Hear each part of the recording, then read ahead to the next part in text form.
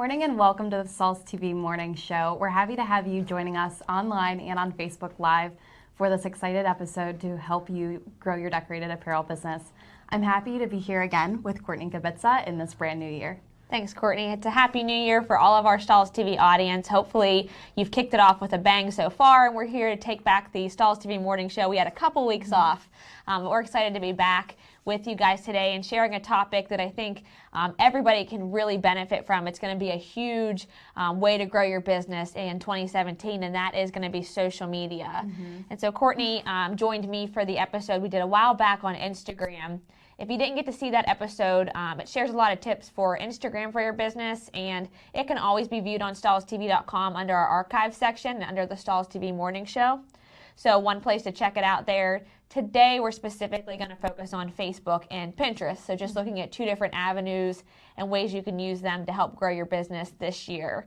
But before we do that, before we dive into our main topic, we do a couple things on the morning show here. The first thing I want to do is kick off the look of the week. So the very first look of the week for 2017 there. And I think it's a really good one to start out with. This look is by PJ Pyatt of BAM Supplies in Forney, Texas. And I think this is just, honestly, an adorable look. Bright, vibrant, colorful, and unicorns are trendy right now. Yeah, what's not to love about unicorns? There's so much going on this onesie. I absolutely love it. Obviously the full color glitter, a trend we saw in 2016, we're going to continue to see in 2017 is full color bling and photo prints, especially for children's apparel. And so two great ways to get that full color glitter. I believe she did it on a printed glitter heat transfer vinyl, so you can actually use sublimation transfers and dye a white or a light color glitter, CAD-CUT glitter flake material and create that pattern. Since it's a one big print, it would be easy to do. There's plenty of videos on Stalls TV on how to sublimate CAD-CUT glitter flake. If you don't have sublimation transfers, you can always order CAD Prints glitter flake as well, or we print it for you. And all you need to do is heat apply the transfer when you get it down to the garment. So. Yeah, and something similar to this can be applied with just glitter flake, but you can see that there's a gradient in the neck. It's really, really nice to look at here. So yeah, it really takes that photo and brings it to life for sure. It does, definitely. So the last thing we want to check out before we start on today's topic is the 7 markets you should be selling apparel to, which shows you how to go past your regular markets and get new business. So here's the last video in the series.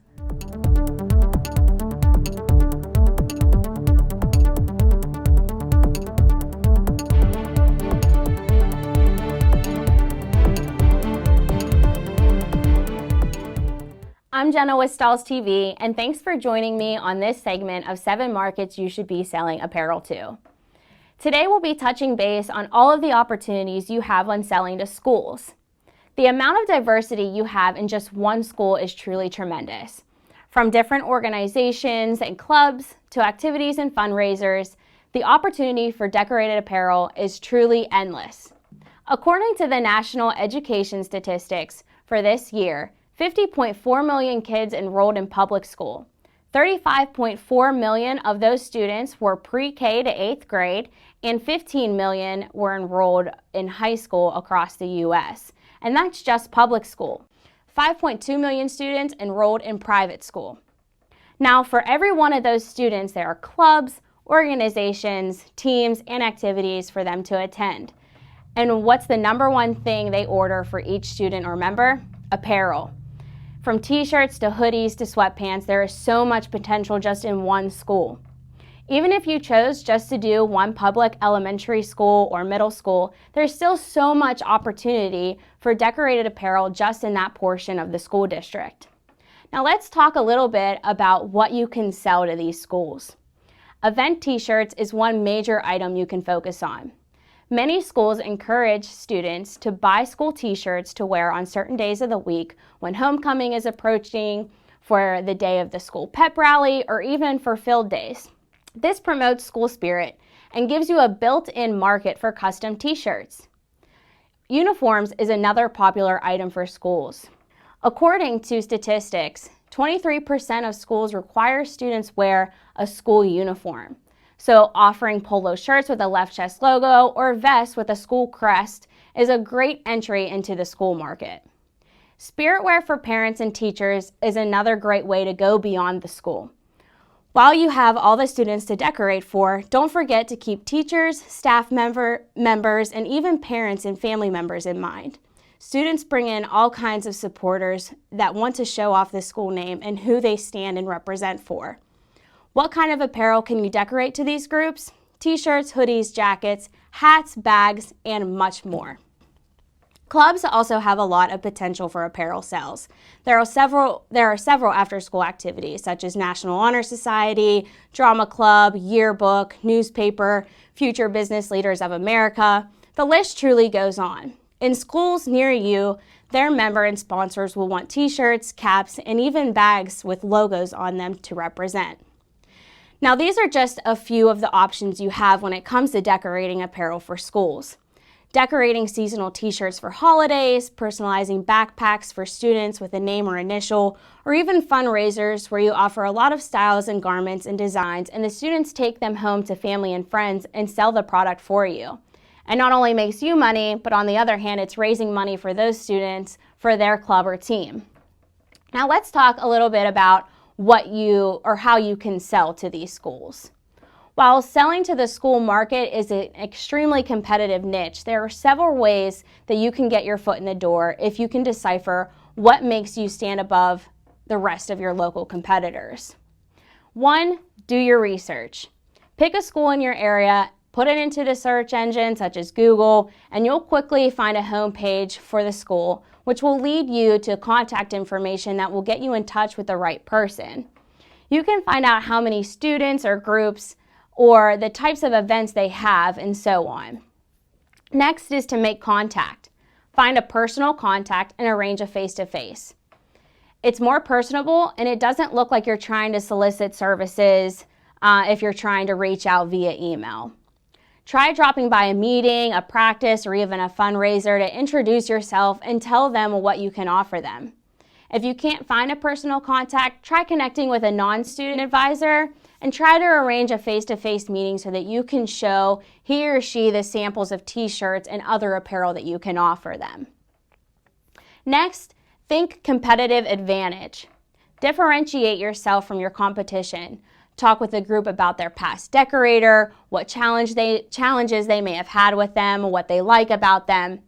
You may be able to offer additional or different creative services that their current decorator doesn't offer them.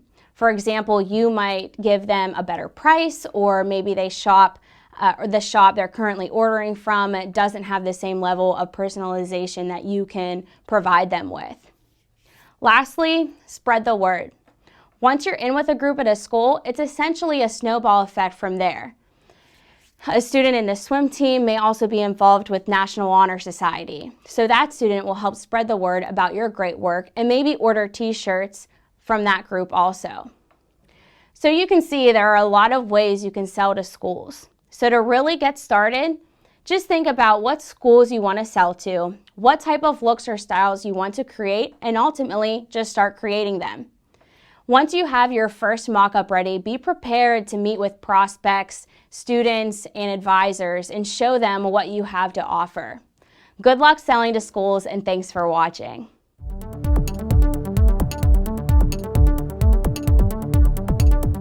So thanks to Janet for tuning in for our 7th market on the 7 markets you should be selling apparel to. While we're sad to see that series go, next week the morning show is going to kick off our Make It Monday. We're very excited about it. Yeah, we got a lot of requests for some DIY, how to make things during the morning show. And so we're going to take a segment moving forward for a while, and we're going to show how to print some really unique things. So you may see umbrellas, you may see some cool tech accessories for wearables, all kinds of unique stuff. I don't want to give away too much, but tune in for Make It Monday on the morning shows here moving forward. So now I guess it's time to go ahead and dive into the main episode and what we're going to be talking about today, which is again social media, Facebook and Pinterest if you're just tuning in on Facebook Live or just jumped into the morning show. So we want to start on Facebook because Facebook has the largest audience of any social media platform ever. So it's really an influence and impact that we can't ignore in the social media scene. There are actually 1.79 billion users, which is absolutely unheard of in social media. That's the most in history actually. So there's such a large audience, and I actually want to read you a few stats. 62% of people visiting Facebook, 62% of people visit Facebook to find out more about small businesses. 80% of people are more likely to purchase from a business with a positive Facebook review. And 38% of people said promoted posts influence a purchase. So you have to really have a smart strategy going into Facebook. What can we learn from that information? Yeah, I mean, absolutely. So the first thing I see is obviously there's a huge presence. I see a lot of small businesses, a lot of businesses in general that aren't using e-commerce sites for tracking orders, that maybe just want to get their business known. So in the local area, if someone's searching for t-shirt shops in your business, a lot of people even just create a Facebook page for that, because it allows them to be able to be searched on Google. It allows them to have a business page with all their information, what they do, their pricing, their hours, products, all of that stuff. So a lot of people are even foregoing, or some people are foregoing a website if they don't need to take orders, just to be able to use the Facebook for promoting their business. And so that's one opportunity. You had mentioned that 80% of people are more likely to purchase from a business with positive Facebook reviews. And so I am a big review person. If I go to restaurants, I look at Yelp. I often look at Facebook for different reviews. I even look at websites if I'm going to purchase a product, on how things fit, how the quality was, because if you're going to be purchasing things from somebody, you want to hear real life reviews. You do. It's important to get that viewpoint of their purchase. So, I mean, really positive views are like, wow, that person had a positive review. I'm sure to have one too. Yeah, and you can even see if your friends reviewed them and things like that, so you can trust them a little bit more. But being able to encourage your customers or your different audience to post reviews or share their feedback, their photos with your company, all of that, you can offer something free, maybe 10% off your order for a review, or run a different special like that to get them to post those reviews. The other thing, and the reason that a lot of people use Facebook or any marketing platform really, is to grow your sales.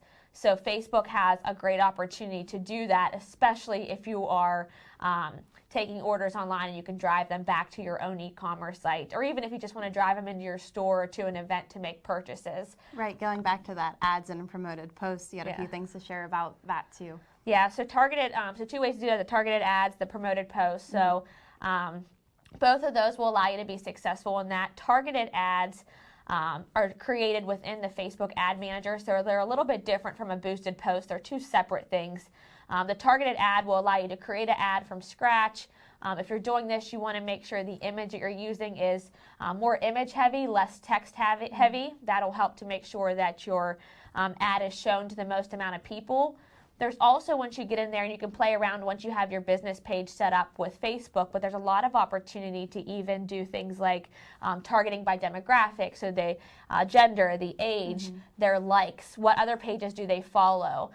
For example, if I'm somebody who sells children's apparel, and I use this example often, and I'm targeting moms with children's apparel, I may look for people that are female, maybe within the 18 to 35 age range. Right. And then I may also make sure they like pages like different blogs that target moms, like Scary Mommy, or different things like that, that are going to give me this targeted female mother audience that are going to be purchasing clothing for their kids. Yeah, I really like this option because you're reaching outside of people who have already liked your post and getting brand new people. So, I mean, even narrowing it down by region, if you're selling locally, is a really, really good idea. Yeah, it's a great idea as well, going by the location. And both of these will allow you to really just kind of get outside the box, reach some new people. And as you mentioned, you know, almost 40% of people are willing to make a purchase because of something they saw on Facebook that was related to them.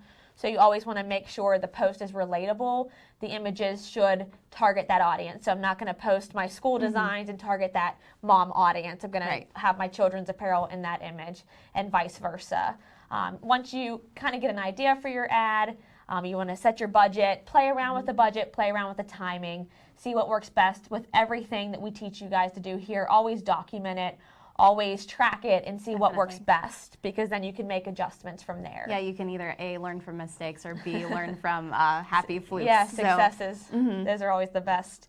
So those are some things, and then obviously your boosted posts are different. They are actually a post you had created on your page, and we're going to share some tips in a little bit here about posts, but being able to boost those, again, putting a little money behind them so that they're seen by more people. You'll get a little bit more engagement. Maybe you're promoting to your audience or to a group a special that you have running right now on a garment or different groups that way, and that's something else you can do with those boosted posts. Oh, that's really great information. So let's move on to the tips for best practice when setting up your Facebook page. The first thing that I want to mention is when you're creating your profile, make sure that you create a logo to put on your profile. So if you already have a logo, make sure that that is your main profile image.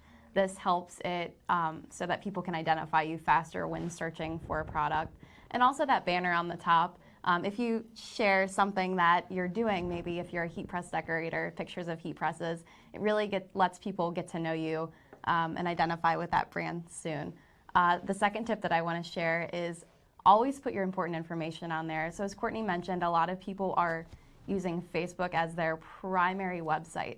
So they might not even have a website at all. So you need to share all of the information that you have on there. So phone number, address if you are designing locally. If you do have a website, obviously linking that. Location, hours, about, and if you have a blog, sharing your most recent blog post, updating that once a week is also really important. So if this is the first time they're on your page, they can click, see that most recent post, and see that you are updating your content. And the third tip that I would like to add is adding a call to action button on your profile. So if you are able to do this, directing your customers and telling them what to do. So sign up, shop, contact us, just to kind of lead them in the right direction so you can start talking to them and getting to know more about them. Yeah, absolutely. And then you mentioned a little bit about content. I think that's the fun thing. So what do we share on Facebook? Yeah.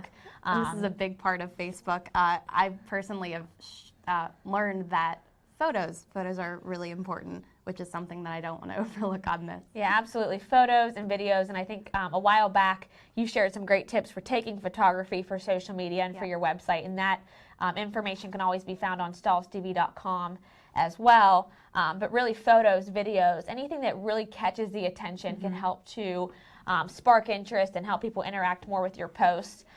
Being able to promote images of your garments, maybe special sales that you have going on with specific garments, maybe a new line you're promoting, maybe some new trends for the upcoming school season if you do a lot of school apparel, new garment styles. If you just got a new line of products and you're really excited about it, you may want to share those. That might even be something fun to do on Facebook Live. If you get a box of garments and you're pulling them out of the box, you're probably really excited. Yeah, new items you're going to be printing, things you can add personalization to. And Facebook Live, as we're on here now, is another great way to interact with your customers, showing them what you have, maybe running flash sales. All of that are some different ideas you can do with Facebook Live. I also really like on Facebook posts in general, just sharing other people wearing your products, so other customer photos, rather than it always being a promotional photo of, here's this garment that I'm selling.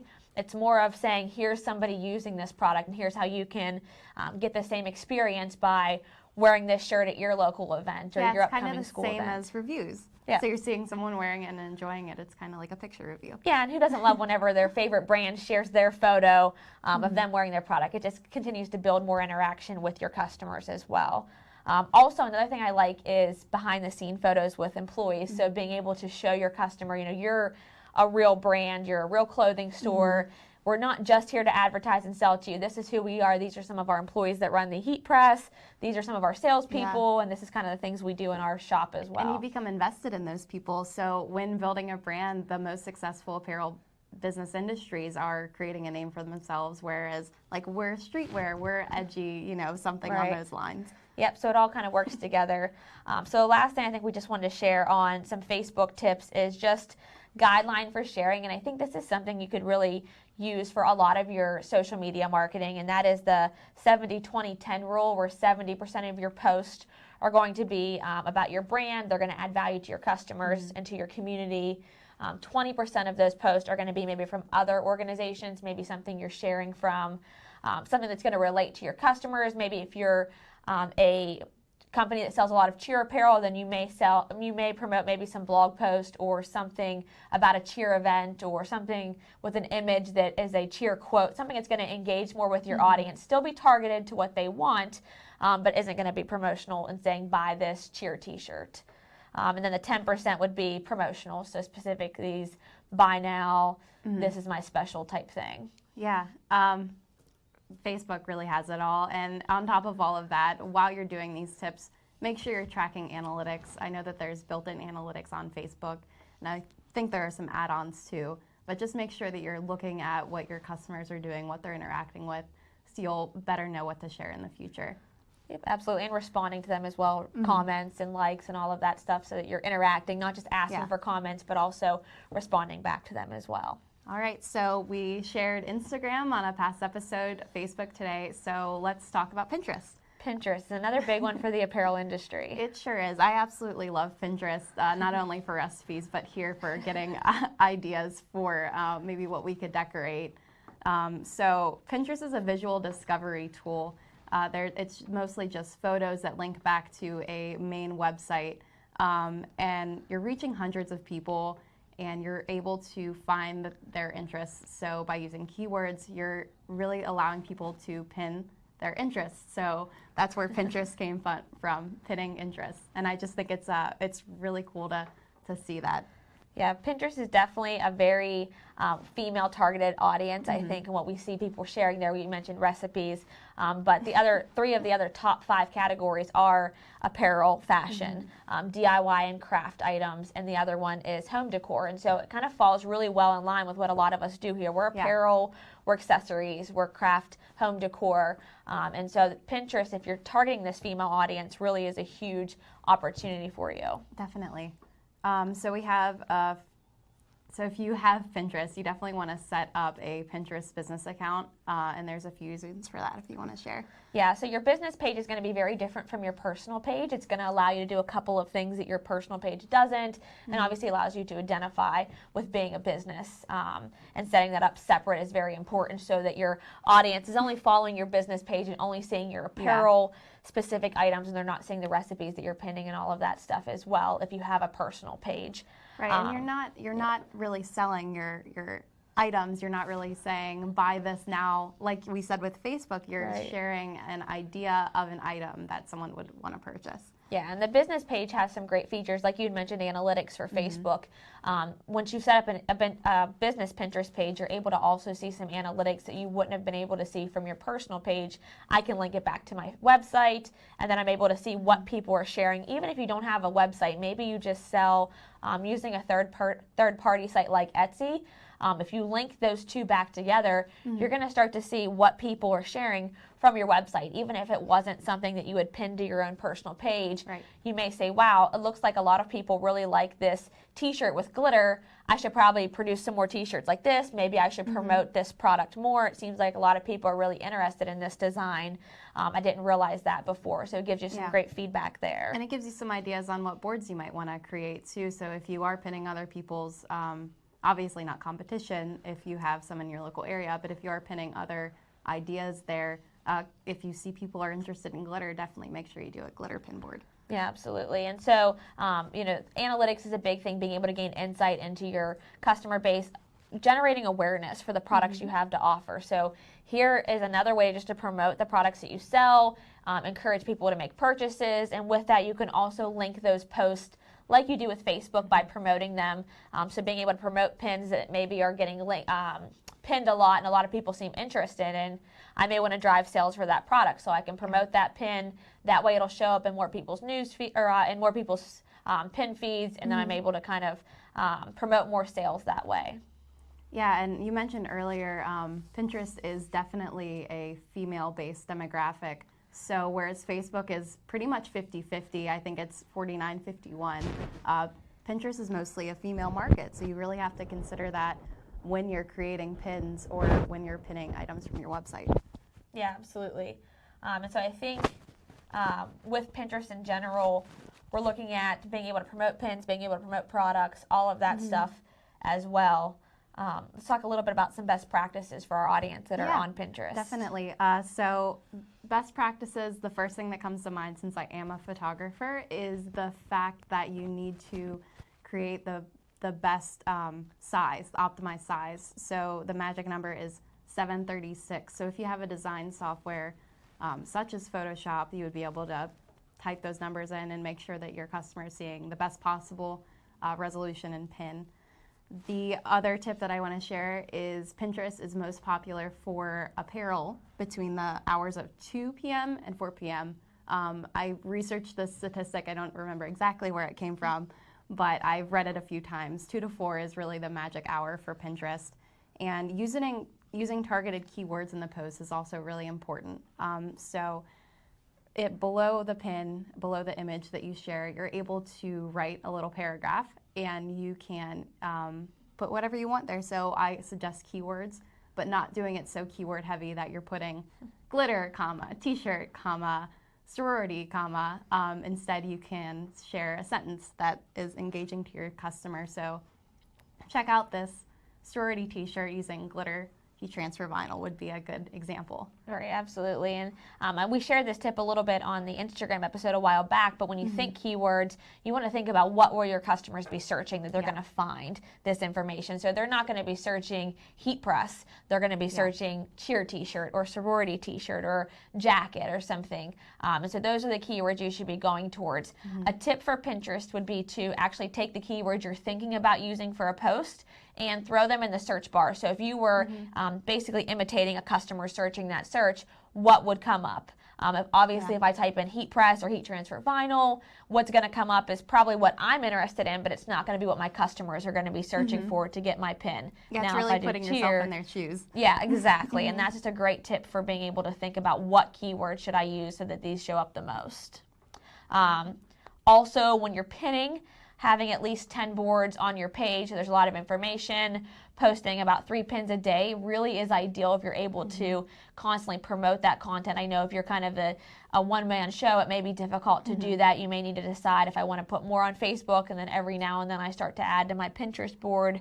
That's something to consider. Yeah, it's important to streamline too. So if you are sharing things on Facebook, make sure you're sharing that on your other social media sites too. So really multi-purpose: Instagram, Pinterest, Facebook, and even if you're not sharing it in the same day, just collect all that content for everything. Yeah, so you don't need to reinvent the wheel every time. Exactly. One important thing is that your post should, on Pinterest, link back to something. It should link back to your website. They should link back to your blog post, something like that that drives them to buy from your product. It would be terrible for us to promote this product, and then when someone sees it down the road, maybe it's been pinned 1,000 times, they don't know where to purchase it because it didn't link back to a website or where they could buy it.